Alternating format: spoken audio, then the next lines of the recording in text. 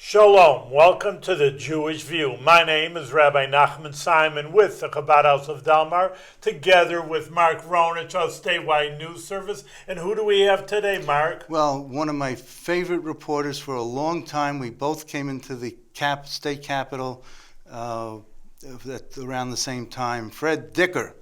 Welcome to the Jewish View, Fred Dicker. Happy to be here. Thank you, gentlemen. Fred, I told you this, that you had a radio show. It's the only thing I listened to on the radio. 10 o'clock, everybody knew that I'm going to listen to Fred Dicker. Everything else wasn't important to me. And you did that for 20 years. 20 years. It was called live from the state capitol most of the time. And I did, in fact, broadcast from the capitol. Certainly something, Mark, you're familiar with. And then focus on the state capitol. Yes, when I moved out of the capitol and was doing it from my home and from Florida for a while. Yeah. Now, there's a headline here, Undisputed King of Albany Press is Fred Dicker. So I agree with that wholeheartedly, because you are somewhat of an enigma in the capitol, where, you've been literally kicked around. Well, I was at the Capitol for some 40 years, working for the Albany paper first, and then the New York Post for many, many years. And I covered 6 governors. I broke a lot of major stories, and covered a lot of indictments, and came away pretty cynical, Mark, as I'm sure you could appreciate, and Rabbi, you too, about politics in New York State. Well, I wanted to really ask you, since you have the historical memory of 40 years, do you think the state government is getting better or worse? Like you say, there's so many scandals, but life goes on. I mean, New York State's a major state, and there's so many innovations happening here in general. I mean, well, New York used to be more of a major state than it is today. I mean, Florida, for instance, has overtaken us in population.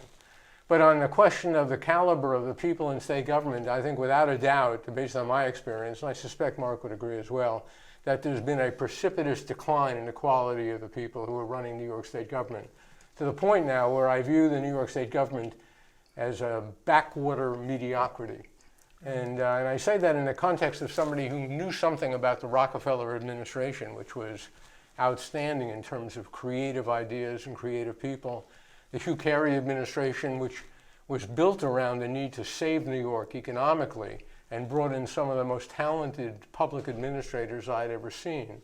And even Mario Cuomo, while he had many faults, and I wrote a good deal about them, he also had a high level of intellect and intellectual expectation from the government. But I think it's been downhill, really, from the latter part of the Mario Cuomo administration to this day. And I think the current governor is probably the weakest governor in modern, if not in total New York history, but certainly in modern history. And Mario Cuomo was on your show quite a bit. Many times.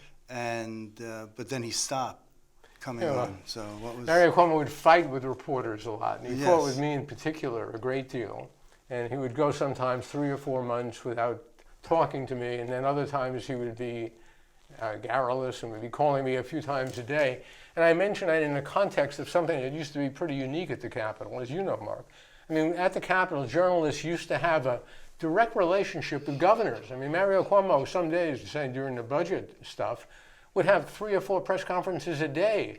You could call him up, he would call you. I used to call the mansion, the governor's mansion. The number used to be listed in the phone book when they had phone books. He'd call there, ask for the governor, and he would take the call. Yeah.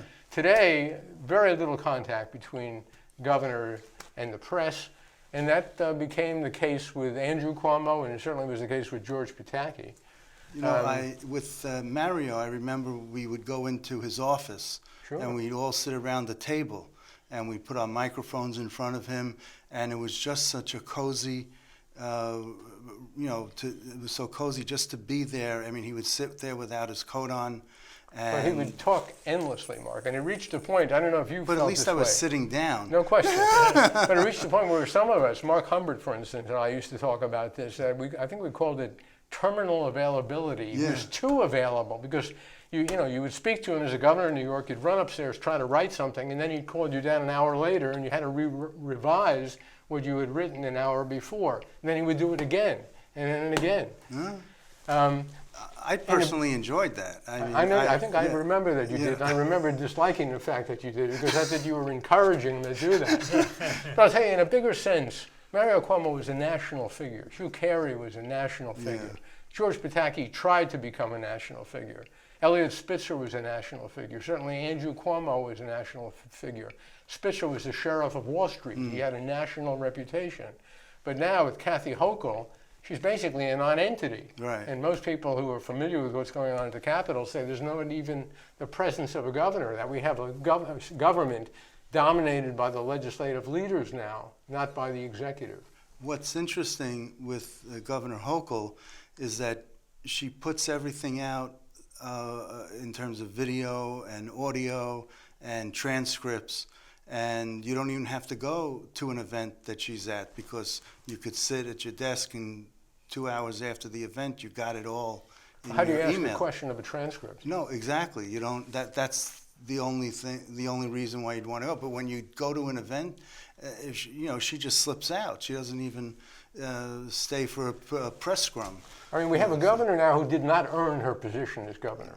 I mean, you can make the case that all the previous governors of modern New York history had a record of accomplishment that led them to the governor's mansion.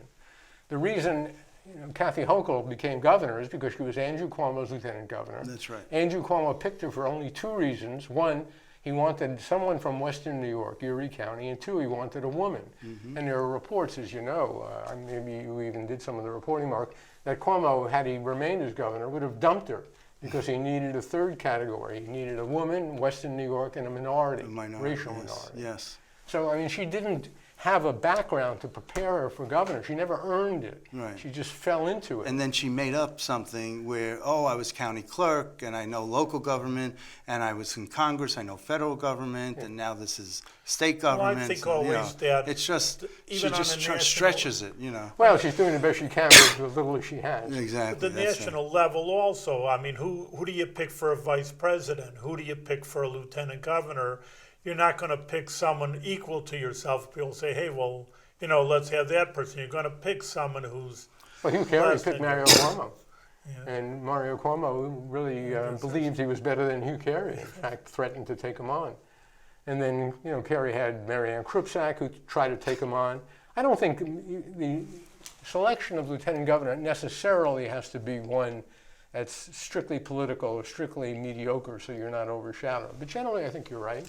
Well, the first term lieutenant governors since Hugh Carey, since Mario, have not worked out. Right. First term lieutenant governor since Hugh Carey had Marianne Krupsak, Al Del Bello. You got Betsy McCoy Ross. You had the Spitzer thing with David Patterson. That was an anomaly. Right. And then you just never worked out. Good point, So- but I would just point out, Mark, in the case, at least one case of Marianne Krupsak, to be a lieutenant governor on a ticket, you can run in a primary. So oftentimes, as was the case with Hugh Carey, you could wind up with a lieutenant governor you don't want. Which is what happened with Mario Cuomo. Right. He ran with Carl McCall, and Ed Koch ran with Al Del Bello. Al Del Bello, right. So when they decided, when Del Bello won, and his lieutenant governor primary, and Mario Cuomo won the governorship, he was stuck were with someone. mismatched. But now they changed it. Now it's No, No, it's still the same. It's still the same. But there thing. have not been primaries for lieutenant governor recently, I don't believe. Right, Maybe but that's the only the But it could happen. it could happen, and the only thing that the governors, if they don't like, they give them more to do. Governors give lieutenant governors more to do now. And the one complaint that Mario had was that he didn't have anything to do. Hugh Carey just isolated him, and he just didn't like that. Well, then he went ahead and did that with Del Bello, because he knew what. The hypocrisy of it. And by the way, who's our current lieutenant governor? I can't even think of his name. Oh, you can't. The congressman, Who is it? former Antonio Delgado. Ah, thank you. Another cipher, in my view. And you know what? He always goes around, and no matter who it is, he says, "I appreciate you." And he could say it 10 That's a times. standard line. And when he came up to me, I said, "I appreciate you." And he goes, See "What?" that? Like he didn't know how to handle that when someone said it to him. I alluded earlier to the fact that Florida is now larger than New York, and I'm Yeah. talking about what I view as the mediocrities of state government now. I mean, New York is a fading state. We're still losing a lot of population. We are, yes. And this crisis now with illegal aliens that have overrun New York City and are coming upstate is a very, very serious matter. Crime in the city is a very, very serious matter. People don't realize the difficulties in upstate cities in particular. I mean, Buffalo, for instance, has the second highest child poverty rate in the United States. You hear anybody talking about that? No. Never, ever mentioned. You look at the dropout rates and the failure rates in high schools in Rochester, in Syracuse, in Buffalo, Albany. It's terrible. And these politicians of ours are doing nothing about any of it. No, they're not. And they keep saying they're trying to. Yeah, trying But to. yeah, right. Well, Where are taxes- the ideas? And- Can and anybody then- associate one original idea with any politician these And days? anti-Semitism is growing Very also. growing, very much growing.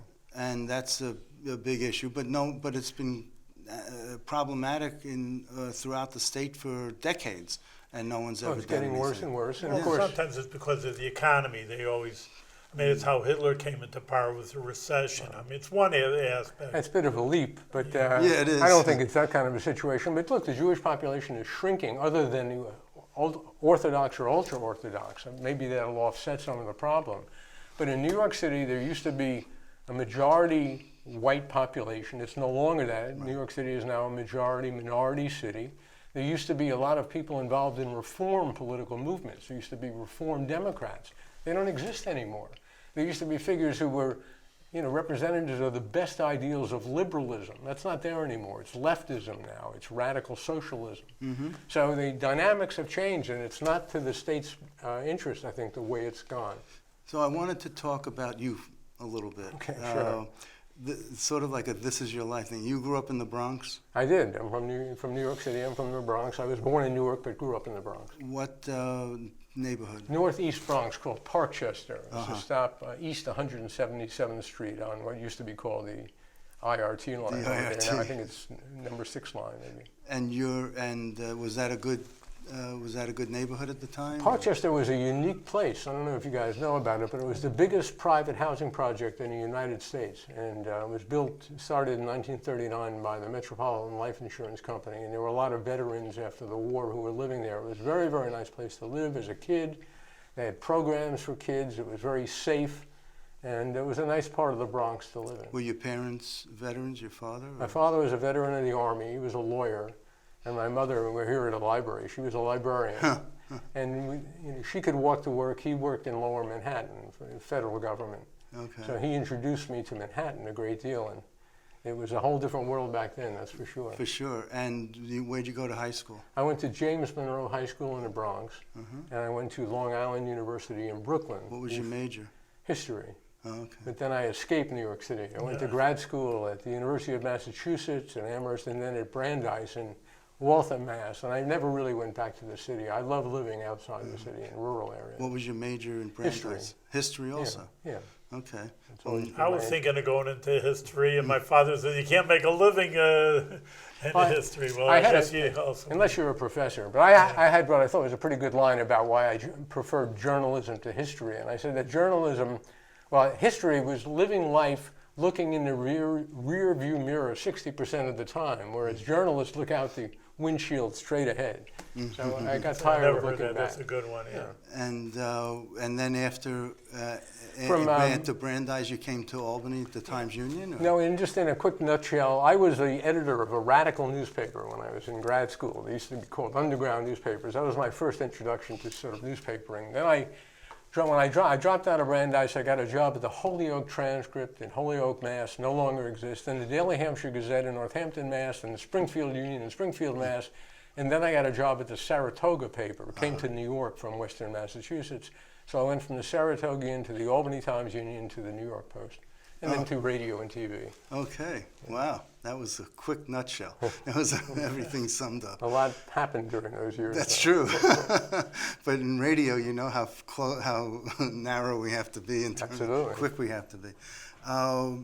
There was, and you came in 1982 To the Capitol? to the Post. I came to the Post in 1982, late November 1982, right after the election, where the Post had been very strongly involved in boosting Lou Lerman for governor.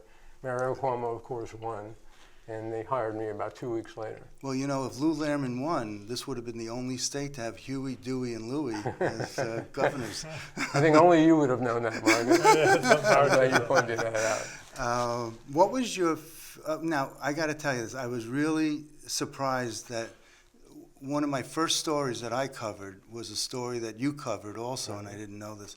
Willis Hosner's, a Nazi war criminal that lived in Whitehall, New York. Right. And Rabbi Silton took a group of people, and I was there covering it, and we went up to Whitehall with a coffin, and Willis Hosner's got wind that we were going to do this, and so he left his house, but we protested in front of his house in Whitehall and sang Jewish songs, and it was very emotional. You know, I think I broke the Hasner story in 1976. And Willis Hasner had been the police chief of Riga, Latvia during the Nazi occupation and was alleged to have been involved in rounding up Jews for extermination. Fascinating story, very emotional. It went on for several years because the U.S. State Department initiated deportation proceedings against him. And I remember covering the trial where they had an Immigration and Naturalization Service judge in the trial.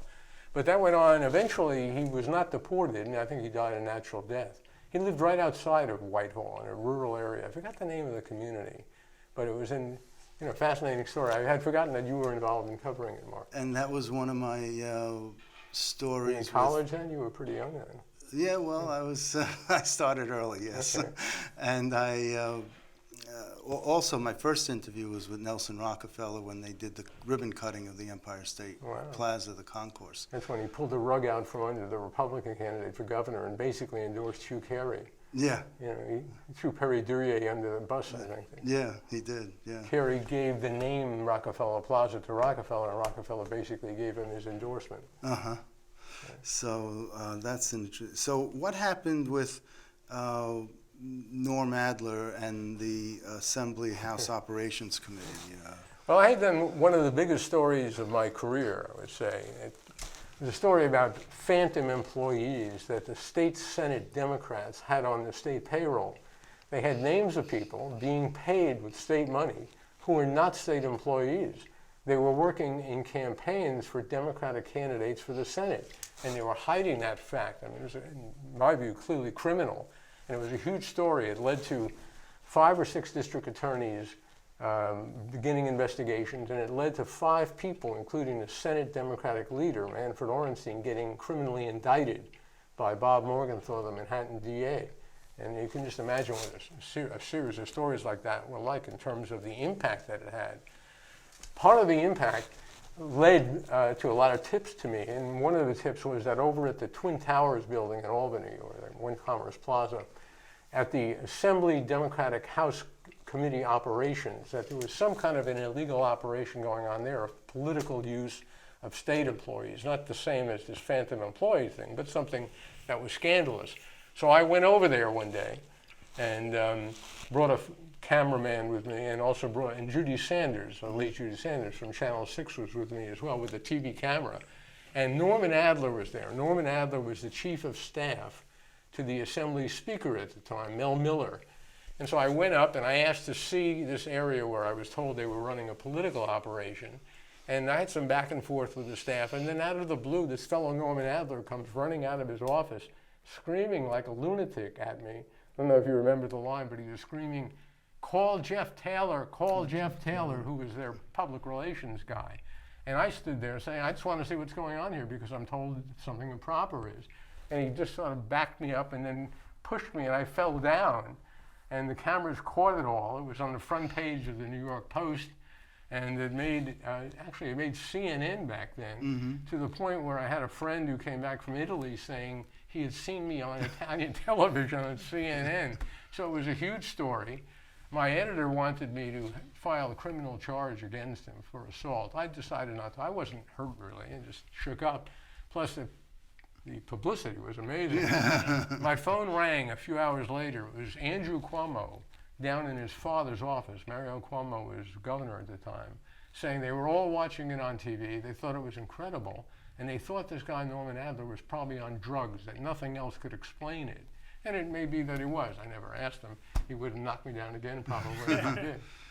And did you fall, or did you trip over someone's foot, or? I was backing up because he was pushing me back, Yeah. and I think I must have just tripped. But it was with the impetus of him Yeah. pushing me. Sure.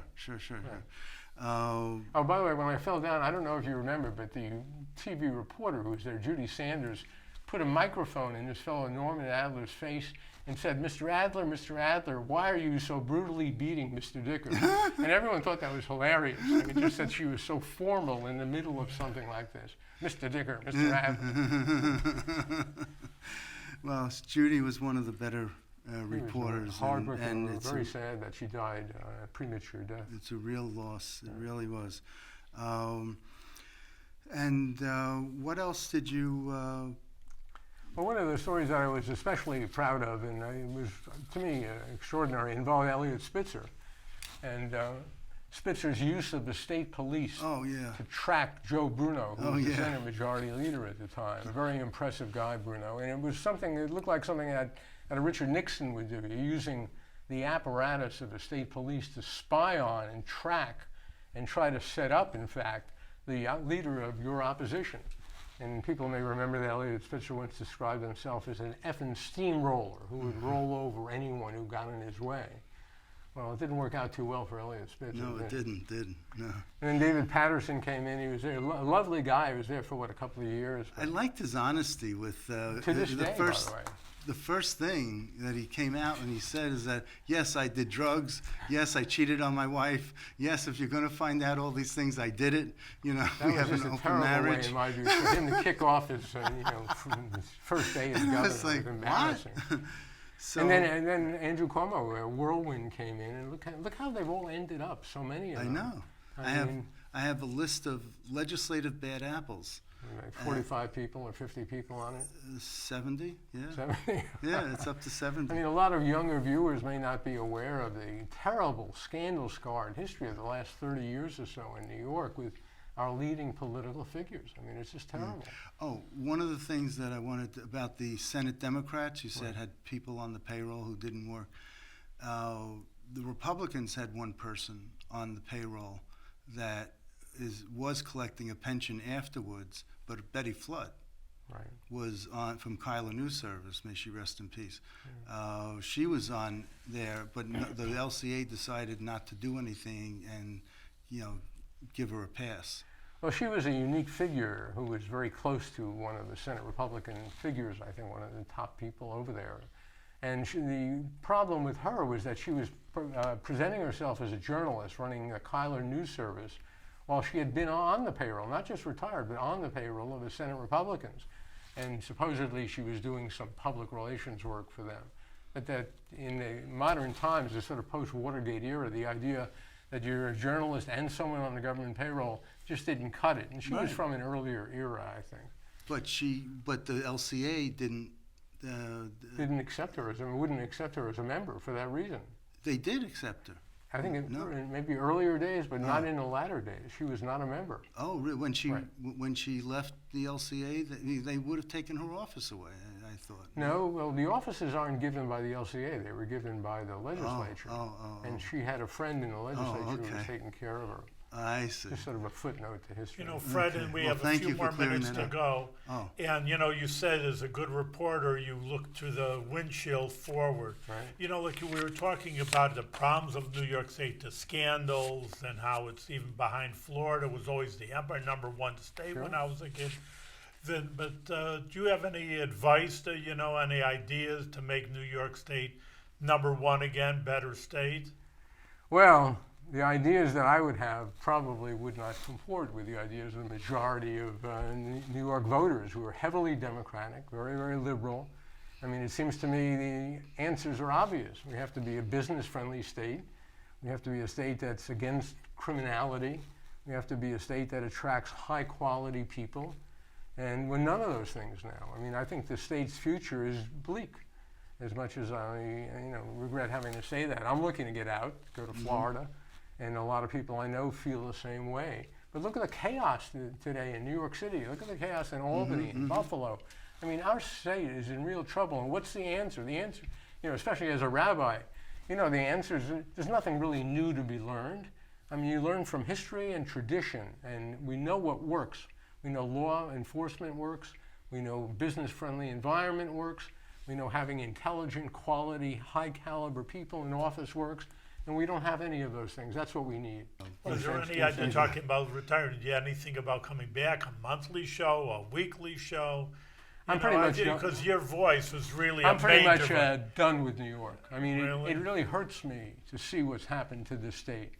And I remember high-quality people in office. Yeah. And my view is I've chronicled the decline of a once great empire state. You wanted to write a book once. Well, I had a book contract to write a book of the biography of Andrew Cuomo, and got a big upfront payment, and I had a major publisher.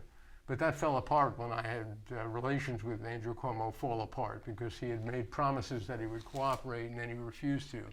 But in retrospect, I'm glad I didn't write it because it would have been, I think, on balance, flattering because at the time I thought highly of him. A few years later, I had a completely different view. But I don't think most people today want to read books about old New York State, history or events that went on.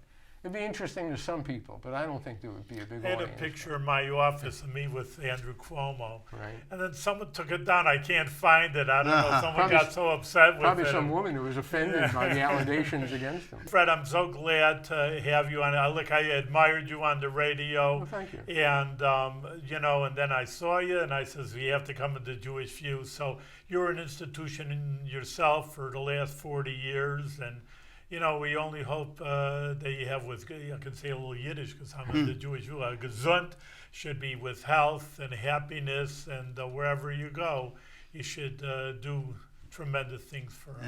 And I really thank you for your friendship and very much. Thank you. Are a mensch. You are someone I admired at the Capitol, and you're someone I never wanted to get in the way of. Thank you both, and it's a privilege to be on the Jewish View. Okay. Thank you.